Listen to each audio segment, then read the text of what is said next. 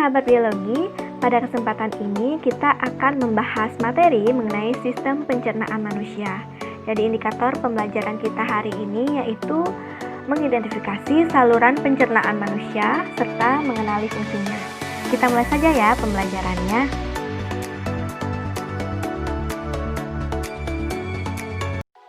Jadi, pencernaan meliputi proses pemecahan makanan menjadi molekul-molekul yang lebih sederhana sehingga nanti dapat diserap oleh tubuh dan dimanfaatkan dalam bentuk energi.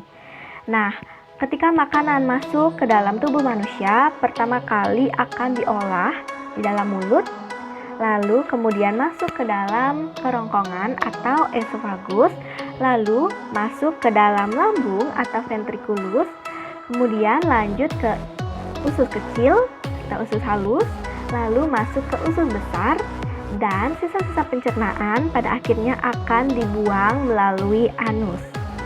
Nah, pada proses pencernaan juga dibantu oleh kelenjar pencernaan yaitu hati dan pankreas. Untuk mengetahui dan mengidentifikasi lebih dalam mengenai organ-organ pencernaan, kita akan bahas sekarang. Organ pencernaan pertama yaitu mulut. Di dalam mulut terdapat gigi dan lidah. Di dalam mulut terjadi proses mastifikasi atau mengunyah yang dilakukan oleh gigi dan lidah serta otot-otot rahang dan juga dengan bantuan sekresi enzim oleh kelenjar saliva. Jadi di dalam mulut terdapat 3 kelenjar saliva yaitu ada kelenjar parotis, kelenjar submandibular, dan kelenjar sublingual. Jadi ketiga kelenjar ini akan menyekresikan serus dan mukus untuk melubrikasi saat proses mastifikasi. Kelenjar ini juga menyekresi enzim amilase saliva yang berfungsi untuk menghidrolisis pati menjadi molekul-molekul yang lebih kecil. Setelah dari lambung, makanan akan masuk ke kerongkongan atau esofagus. Jadi kerongkongan ini beda dengan tenggorokan. Kerongkongan ini letaknya di belakang tenggorokan yang merupakan jalur makanan atau jalur pencernaan. Sementara tenggorokan merupakan jalur pernafasan. Nah, dalam kerongkongan ini makanan akan didorong dengan gerak peristaltik. Peristaltik ini merupakan gerakan relaksasi di depan bolus makanan dan gerakan kontraksi di belakang bolus makanan, sehingga bolus makanan akan terdorong melalui gerakan peristaltis ini ke dalam lambung. Nah, dari kerongkongan atau esofagus, makanan akan didorong menuju lambung atau ventriculus. Jadi ventriculus ini letaknya di rongga perut sebelah kiri. Terjadi 2 macam proses dalam lambung, yaitu proses yang mekanik dan juga proses kimiawi. Proses mekanik ini dilakukan oleh otot-otot lambung berupa gerakan mengaduk dan juga meremas makanan. Sementara proses kimiawi ini dilakukan oleh kelenjar-kelenjar lambung dengan menyekresikan enzim. Nah, dalam mukosa lambung terdapat 3 kelenjar utama yaitu ada kelenjar kardia, kelenjar pilorika, dan kelenjar fundus. Kelenjar kardia dan pilorika ini berfungsi untuk menghasilkan lendir sebagai perlindungan dinding lambung dari asam klorida.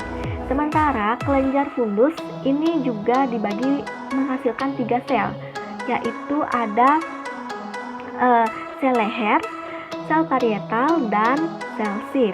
Jadi sel leher ini berfungsi untuk menghasilkan lendir, kemudian sel parietal ini menghasilkan HCl atau asam klorida, sementara sel sif atau sel-sel utama ini akan menghasilkan enzim-enzim lambung.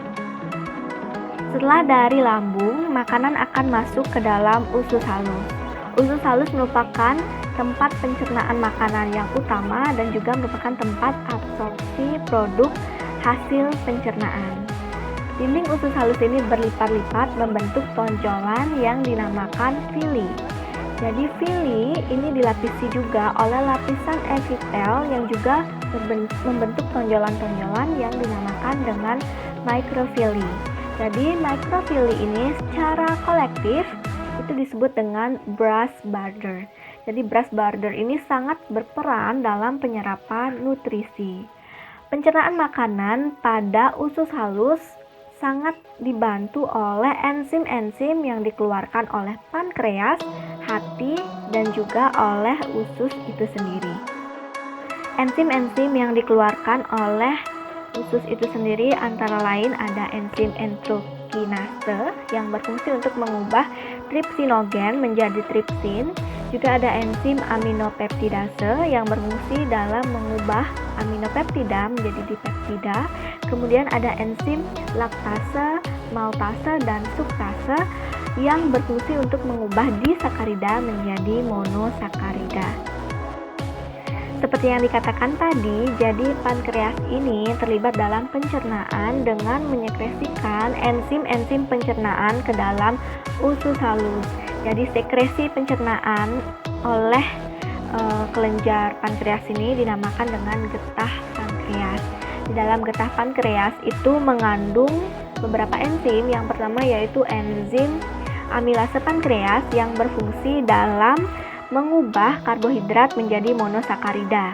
Kemudian ada lipase pankreas yang berfungsi dalam mengubah lemak menjadi asam lemak dan gliserol. Ada juga enzim ribonuklease dan deoksiribonuklease yang terlibat dalam pemecahan asam nukleat dan mononukleotida bebas. Kemudian juga getah pankreas ini mengandung enzim-enzim proteolitik, di antaranya ada tripsin, kimotripsin, elastase, dan juga karbokpeptidase yang berfungsi dalam pemecahan protein menjadi peptida-peptida yang lebih kecil dan juga menjadi asam amino. Selain pankreas tadi, terdapat juga kelenjar yang berperan dalam proses pencernaan, yaitu kelenjar hati atau hetar. Jadi, hati akan menyekresikan getahnya berupa asam empedu ataupun cairan alkali. Jadi fungsi dari asam empedu ini adalah untuk pencernaan lemak, sementara cairan alkali ini berfungsi dalam netralisasi makanan setelah dari lambung. Nah, sekresi asam empedu dan cairan alkali ini dapat langsung disekresikan ke dalam duodenum maupun disimpan dahulu di dalam kandung empedu. Nah, setelah makanan dicerna di dalam usus halus dan nutrisinya diabsorpsi di sana, sisa-sisa makanan atau ampas pencernaan ini akan menuju ke dalam usus besar. Jadi, fungsi utama usus besar ini adalah melakukan absorpsi air dan juga elektrolit. Setelah di usus besar, makanan akan keluar tubuh melalui anus. Itu tadi organ-organ yang terlibat dalam pencernaan manusia. Ada mulut, ada kerongkongan, lalu ada lambung, ada usus halus, ada usus besar, lalu kemudian ada anus. Semoga teman-teman di rumah paham ya. Nah, sekian dulu video pembelajaran kita hari ini. Sampai jumpa di kesempatan berikutnya. Dadah!